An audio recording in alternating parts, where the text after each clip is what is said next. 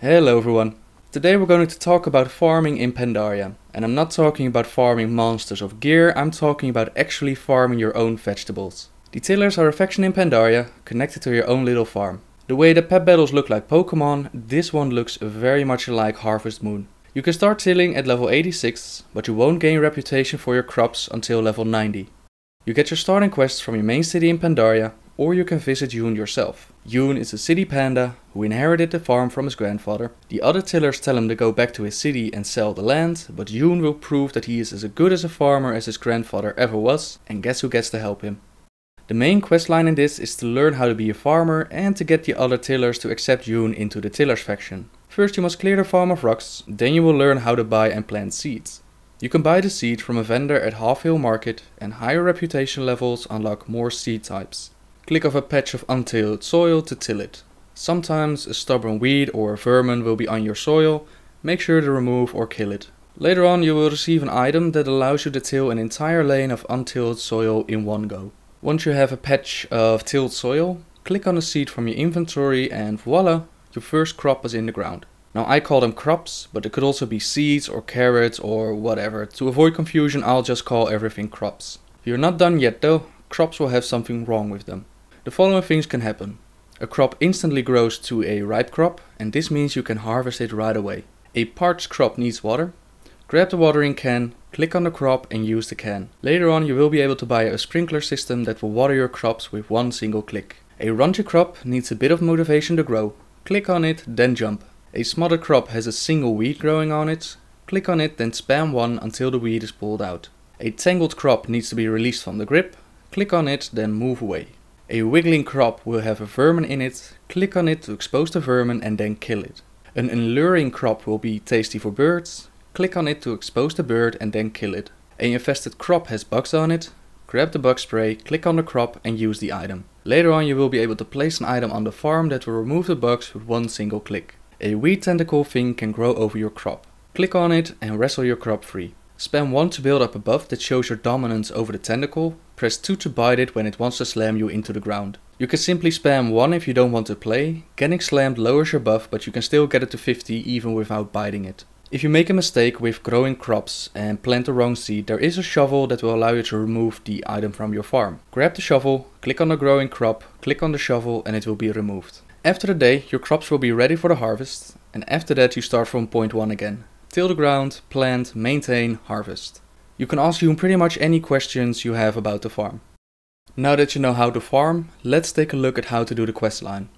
You have 5 votes to collect before Yoon is accepted. Each vote is given by a different farmer and all of them will ask you to help them and to plant, harvest and give them a specific crop. Completing the quest chain for the Tillers Union will unlock more squares. At Honored you can clear the weeds, at Revert you can move the cart out of the way and at Exalted you can move the huge boulder. Each change will add 4 more squares of soil, giving you a total of 16. The items I spoke about, like the sprinkler, also open up while doing the quest.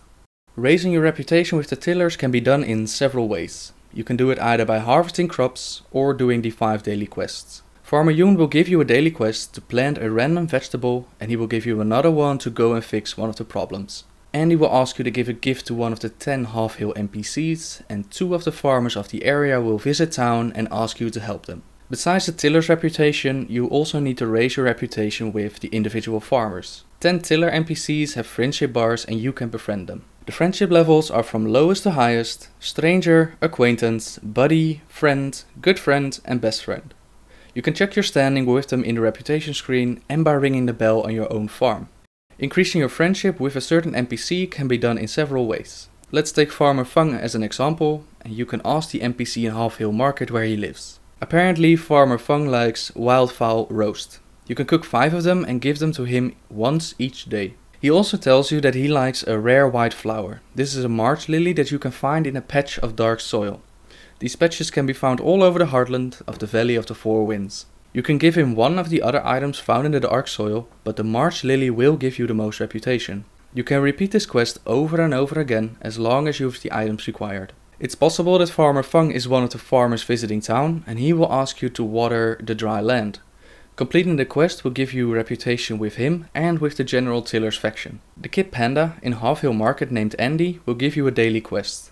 This quest will require you to get a gift for one of the farmers, and in this example is for Farmer Fung. Completing this quest will give you the reputation with him and with the general Tillers faction. Quests that you can do only once will open up as your friendship grows. He, for example, has a quest where you need to return 5 of his last yaks. That's a one-time quest, it's not a daily. After becoming best friends, Farmer Fung will send his prize yak to stay with you and a bag of seeds. Each friend will add something different to the farm. After that you can hire him to tend to your farm, but you only once you're exalted with the Tillers. I'm not sure if this means that they will take care of all the maintenance on your crops, or if you can hire more than one. I couldn't find any information about this.